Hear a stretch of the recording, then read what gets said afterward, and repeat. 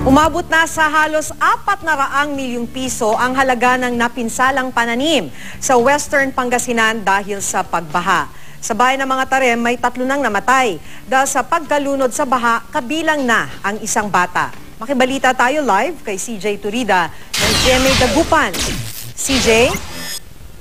Maki, 2 linggo nang lubog sa baha ang Barangay Talibao sa Calasiao, Pangasinan. Isa ito sa mga bayan na nagdeklara ng state of calamity. Kabilang na dyan ang bayan ng mga Tarem na hinagupit din ng matinding pagbaha.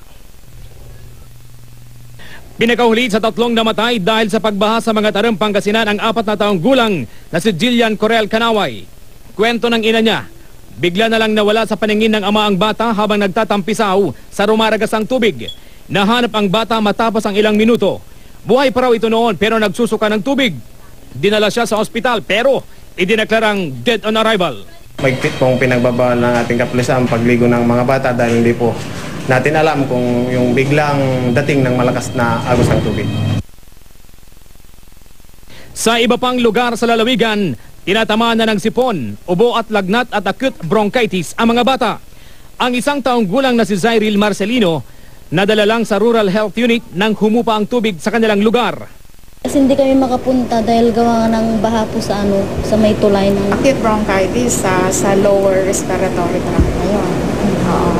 Yung upper respiratory infection, sipon lang. Bakit delikado ba? Ano sa akin po? Delikado kung hindi. Dahil sa pinsala ng pagbaha sa agrikultura, posibleng tumaas ang presyo ng bigas ayon sa NFA Western Pangasinan. Umabot sa halos 400 milyong piso ang halaga ng mga napinsalang pananim. Samantala, mahigit 1,000 nasalanta ng baha ang nabigyan na ng relief goods ng GMA Kapuso Foundation sa Santa Barbara.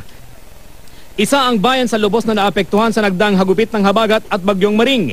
Baha pa rin nga sa ilang kalsada at bahay. May sariling balsa na ang karamihan sa mga residente para makalabas mula sa kanilang mga bahay. Samantala, Maki, pwede nang makakuha ng 5 araw na special emergency leave ang mga empleyado ng gobyerno na apektado ng kalamidad.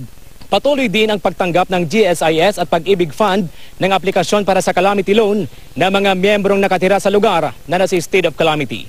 Yan muna ang latest. Mula rito sa Pangasinan, CJ Turida, Nagbabalita, Pilipinas.